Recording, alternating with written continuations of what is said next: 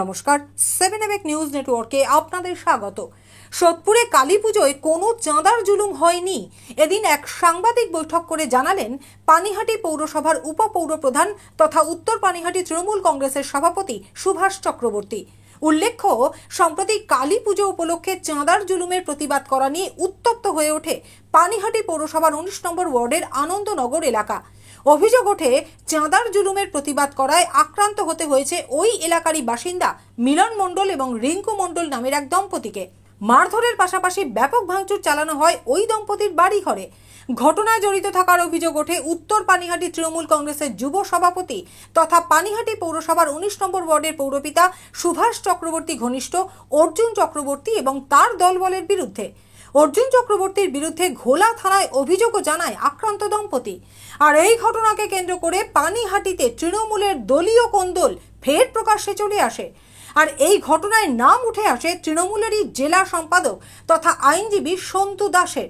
যদিও দলীয় কোন্দলের বিষয়টি এড়িয়ে যাওয়ার পাশাপাশি এদিন সেই ঘটনায় মূল অভিযুক্ত উত্তর পানিহাটি তৃণমূল যুব কংগ্রেসের সভাপতি অর্জুন চক্রবর্তীর বিরুদ্ধে ওঠা সমস্ত অভিযোগ অস্বীকার করে এক সাংবাদিক বৈঠক করে পানিহাটির 19 নম্বর ওয়ার্ডের পৌরপিতা তথা উপপৌরপ্রধান সুভাষ চক্রবর্তী কি জানালেন শুনুন। ওটা হচ্ছে আমাদের উত্তর পানিহাটি তৃণমূল যুব কংগ্রেসের সভাপতিকে মেলাইন করবার জন্য আজকে একটা দল তারা বিভিন্ন রকম ভাবে প্রচেষ্টা চালিয়েছে এবং শেষ পর্যন্ত আমরা দেখতে পেলাম যে উত্তর পানিহাটির সভাপতির নামে মিথ্যা কেস দেওয়া হয়েছে গোলা থানায়। সে সেদিন ছিলই না। সে সকালবেলা আমার সাথে এখানে 19 নম্বর ওয়ার্ডে একটা পুকুর ভরাট হচ্ছিল, তার বিরোধিতা করবার জন্য আমার সাথে অর্জুন চক্রবর্তী আর রজত দাস এরা সব গেছিল। যাওয়ার পর ওখানে পুলিশকে ডেকে সাংবাদিককে ডেকে আমরা কেস করে দিই এবং কেস করে অ্যারেস্ট হয়ে যায়। এরপরই দেখা যায় যে বিকেলবেলা আমার অর্জুন চক্রবর্তী বললো যে আমি একটু আমার স্ত্রীকে নিয়ে ঠাকুর দেখতে পাচ্ছি। পরের দিন সকালবেলা ও ফিরে এসে দেখে ওর নামে কেস হয়ে গেছে। আমরা একটা অডিও দেখলাম, যে অডিওটা দিয়েছিস ওদেরকে, অডিওটা দেখলাম যে একজন উকিল আছে এখানে, সে নাকি ওদেরকে ডেকে জোর করে ডেকে কেস করিয়েছে কি যে তোমরা কেস করো, আমরা আছি। আমরা তার বিরুদ্ধে আজকে বলতে চাই এই কথাই। এখানে আমাদের SC/ST সভাপতিরা আছে, আমাদের যুব সভাপতি অর্জুন চক্রবর্তী আছে, আমাদের 19 নম্বর ওয়ার্ডের তৃণমূল কংগ্রেসের সভাপতি আছে, আমাদের মহিলা তৃণমূল কংগ্রেস উত্তর পানিহাটি সভাপতি রয়েছে, আমাদের INTTUCর সভাপতি রয়েছে এবং 19 নম্বর ওয়ার্ডের সাধারণ সম্পাদক রয়েছে। আমরা সবাই মিলে যেটা বলতে চাইছি সেটা হচ্ছে যে এই ধরনের জিনিস যারা করে তারা পার্টির বিরুদ্ধের লোক। পার্টি তারা করে না, কারণ পার্টিকে মেলাইন করবার জন্য যুব সভাপতির বিরুদ্ধে এটা করা হয়েছে। আমরা এটাকে তীব্র প্রতিবাদ এবং ঘৃণা জানাচ্ছি এবং এটা যারা করছে তাদেরকে দল শাস্তি দিক, যে দল করুক না কেন তাদের শাস্তি দেওয়া হোক এবং আমরা এটা তাদের কাছে দাবি করছি সংবাদ মাধ্যমের মাধ্যমে। দেখুন, ব্যাপারটা হচ্ছে জেলা সম্পাদক হয়েছে না কি হয়েছে আমি ঠিক জানি না, তবে শুনেছি। কিন্তু এই ধরনের কাজ তো পার্টির কে বেলাইন করবার জন্য আগামী 26-এ ইলেকশনের আগে যে দলের সভাপতির নামে এই ধরনের জোর করে কেস করে দেবে, জোর করে তার নাম দিয়ে দেবে, এটা তো ঠিক নয়। না, এটা আমাদের এখানে কোনো গোষ্ঠী নেই। আমাদের একটাই গোষ্ঠী তৃণমূল কংগ্রেস, এবং তৃণমূল কংগ্রেসের আমরা সবাই এক, এখানে কোনো গোষ্ঠী নেই। এটা কারুর ক্ষমতা পয়সা এবং ক্ষমতা দেখাবার জন্য এই কাজ করেছে। আমি যেটা মনে করছি যে ওই ভদ্রলোক চেষ্টা করেছিল যুব সভাপতি টাউনের হবার, এবং সেটা হতে পারেনি বলেই আজকে বেলাইন করার চেষ্টা। নামটা কি জানো? সন্তু দাস। আমি শুনেছি। জলের উচ্চ নেতৃত্বের কাছে আমরা জানিয়েছি, আমরা মমতা ব্যানার্জি থেকে শুরু করে সমস্ত নেতৃত্বকে জানিয়েছি চিঠি দিয়ে, এবং আজকে ওই অঞ্চলে সাংবাদিকরা এসেছিল, সেখানে ওখানকার মহিলারা তারা বলেছে যে এটা অন্যায়, কারণ অর্জুন চক্রবর্তী এখানে একটি ভালো ছেলে, তাকে এইভাবে চেষ্টা করাটাই অপরাধ। এই অপরাধের আমরা বিরোধিতা করি। পাশাপাশি এদিন সাংবাদিকদের মুখোমুখি হয়ে ওই ঘটনায় অভিযুক্ত অর্জুন চক্রবর্তী জানান, ঘটনার দিন ওই এলাকাতে ছিলেনই না তিনি। রাজনৈতিক উদ্দেশ্য প্রণোদিত এবং প্রতিহিংসাবশত তাকে উত্তর পানিহাটি তৃণমূল কংগ্রেসের যুব সভাপতির পদ থেকে সরিয়ে দেবার উদ্দেশ্যেই এই ঘটনা ঘটানো হয়েছে। আমি যে পাড়াটায় থাকি সেই পাড়াটায় উনি ভাড়া থাকেন।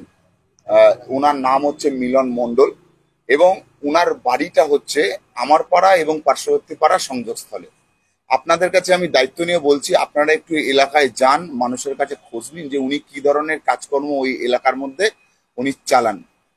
সেই আমরা অনেকদিন ধরে খবর পাচ্ছিলাম যে উনি ওনার বাড়িতে জুয়া এবং মদের আসর ওনারা চালাচ্ছেন, উনি দীর্ঘদিন ধরে চালাচ্ছেন, এবং যখন ওই মোড় দিয়ে পাড়ার কোনো মহিলা যায় তখন তার বাড়ির থেকে কটূক্তিও ভেসে আসেন। তাই আমরা পাড়ার ছেলেরা যারা ছিল তারা সেদিন গিয়ে তাকে বলে যে তুমি তোমার বাড়ির মালিককে ফোন করো, তোমার বাড়ির মালিককে আমরা জানাবো তুমি এই ধরনের কাজকর্ম দীর্ঘদিন ধরে এই অঞ্চলের মধ্যে চালাচ্ছ। তা উনার ফোন দিয়ে উনি বাড়ির মালিককে ফোন করেন এবং বাড়ির মালিককে এই সমস্ত ঘটনা জানানো হয়, এবং উনি আরো অভিযোগ করছেন যে উনার থেকে কাটবাস চাওয়া হয়েছে, এই চাওয়া হয়েছে। কাটবাস চাওয়ার কোনো বিষয় নেই, কারণ আমাদের এবার থিমের প্যান্ডেল হয়েছিল, আমাদেরকে যে প্যান্ডেল করে সহযোগিতা করেছেন তিনি স্বনামধন্য শিল্পী, তার নাম চিরঞ্জিত দাস। উনাকে পাড়ার ছেলেরা গিয়ে বলেছিল, সেই দিনও আমি ছিলাম না, পাড়ার ছেলেরা উনাদের বলেছিল যে আমাদের একটা বেদি করে দেবে। তা উনি বলেছে যে না, আমি ফ্রিতে করতে পারবো না, আমার 400 টাকা লাগবে। উনি যে অভিযোগ করছেন যে ওনার থেকে বিনামূল্যে চাওয়া হয়েছে, কিন্তু পাড়ার ছেলেরা রাজি হয়েছিল, বলেছিল তোমার যা চার্জ আমরা দেবো, তুমি করে দিও। আর উনি চাঁদার বিষয়ে অভিযোগ করছেন যে ওনার উপরে চাঁদার জুলুম করা হয়েছে। উনার সাথে চাঁদার কোনো কথা বলা হয়নি, উনার বাড়ির মালিককে বলা হয়েছে যে দাদা আপনি আপনার চাঁদাটা দিন। তখন বাড়ির মালিক বলেছে আমি আমার ভাড়াটিয়ার মাধ্যমে আমি চাঁদাটা দিয়ে দেবো, এবং সেই মতো ওনারা চাঁদাও দিয়েছেন। তাও আমাকে দেয়নি, পাড়ার ছেলেরা যারা পুজোর দায়িত্বে ছিল তাদেরকে দিয়েছেন।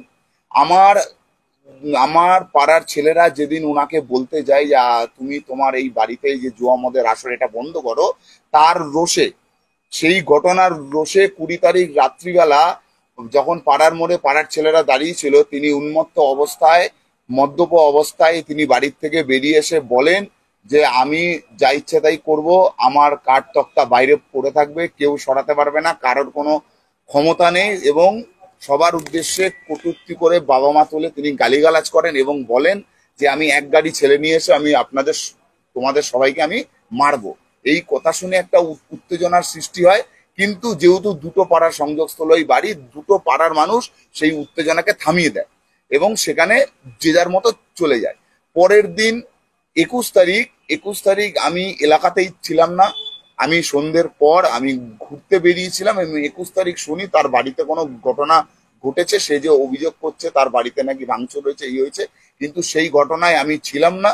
আমি পরে শুনতে পাই যে তার বাড়িতে এরকম ঘটনা হয়েছে, এবং শোনার পরে সেইখানে 2-1 ব্যক্তি যায়, এবং আমার কাছে যখন খবর আসে আমিও একজনকে পাঠাই, আমি বলি গিয়ে দাদা তুমি একটু দেখো তো আমার পাড়ার মধ্যে কি একটা ঝামেলা হচ্ছে, আমি তো নেই, আমি বাইরে বেরিয়েছি। এবং সেই দাদা যখন যায়, দাদা গিয়ে দেখে সমস্ত পরিস্থিতি শান্ত, এবং তিনি সেখানে বলে আসেন, গিয়েছিলেন উত্তর পানিহাটির আইএনটিটিউসি সভাপতি মাননীয় রজত দাস, উনি গিয়ে দেখেন পরিস্থিতি শান্ত 21 তারিখে, এবং গিয়ে বলে আসেন যে ঘটনাটা ঘটেছে সেটা কাম্য নয়, আমরা পরের দিন সবাইকে ডেকে মিটিয়ে দেব।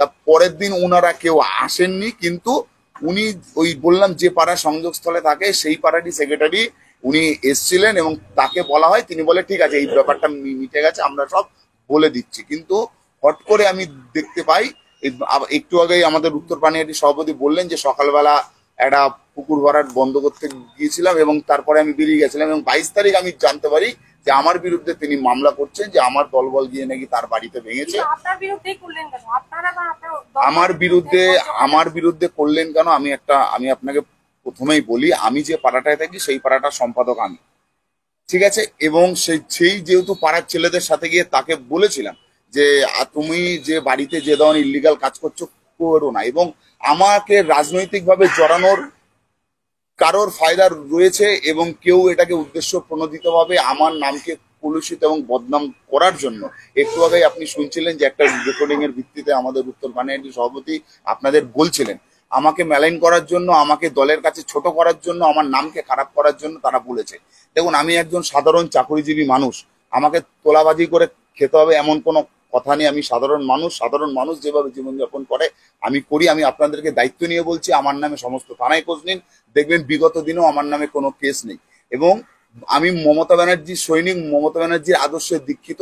এই এলাকায় যদি কোথাও ইল্লিগাল কাজ হয় তার প্রতিবাদ করার অধিকার আমাদের রয়েছে এবং সেই প্রতিবাদই আমরা করেছিলাম। তার ফলে প্রতিহিংসাবশত আমার বিরুদ্ধে মামলা হয়। এবং আমি আপনাকে আবারও বলছি, যদি আমি দেখি একজন সাধারণ মানুষ হিসেবেও এলাকায় কোনো অন্যায়ের কাজ হচ্ছে তার প্রতিবাদ করব, যদি তাতেও আমাকে মিথ্যা মামলায় জড়াতে হয় জড়াবো। কিন্তু আমরা শুধু বলেছিলাম, কিন্তু ঝামেলা যে 21 তারিখ হয়েছিল তার সাথে আমি কোনোভাবেই জড়িত নয়, আমি সেই স্থানে ছিলাম না। কেউ উদ্দেশ্য প্রণোদিত ভাবে আমার নামটাকে জড়িয়ে আমাকে বদনাম করার চেষ্টা করবে। হ্যাঁ, অবশ্যই রাজনৈতিক স্বার্থ। আমি আজকে দেখুন, আপনারা জানেন যে একটা দলের সভাপতি হওয়ার পেছনে অনেকজন দৌড়ে থাকে। ধরুন সেরকম আমি যেমন হয়েছি, আমার সাথে দৌড়ে যে ছিল সে হতে পারেনি, সে চাইছে আমাকে কোনোভাবে বদনাম করে আমার নামকে খারাপ করে আমার স্থানটা নেওয়া। না, আমি কখনোই বলবো না আমাদের এই অঞ্চলে দলীয় কোন্দল নেই। এটা 2-1 ব্যক্তি যারা শুধুমাত্র দলের কথা না ভেবে নিজেদের স্বার্থকে চরিতার্থ করার জন্য, এটা দলের কোনো বিষয় নয়। কেউ ভাবে দল আমার পৈতৃক সম্পত্তি, আমি সব পাবো, আমি দলের সব। যাদের মাথায় এই ধরনের চিন্তা ভাবনা তারাই এই ধরনের কাজ করেছে। গৌতমী নাথ এবং শ্যামল পালের রিপোর্ট, 7 এবেক নিউজ নেটওয়ার্ক, সোদপুর। আরও বিভিন্ন খবরের আপডেট জানতে হলে অবশ্যই সাবস্ক্রাইব করুন 7 এবেক নিউজ নেটওয়ার্ক চ্যানেলটি, কারণ আপনাদের একটা সাবস্ক্রিপশন আমাদের কাছে অত্যন্ত মূল্যবান। পাশাপাশি অবশ্যই ফলো করুন আমাদের হোয়াটসঅ্যাপ চ্যানেলটিও। জয় হিন্দ।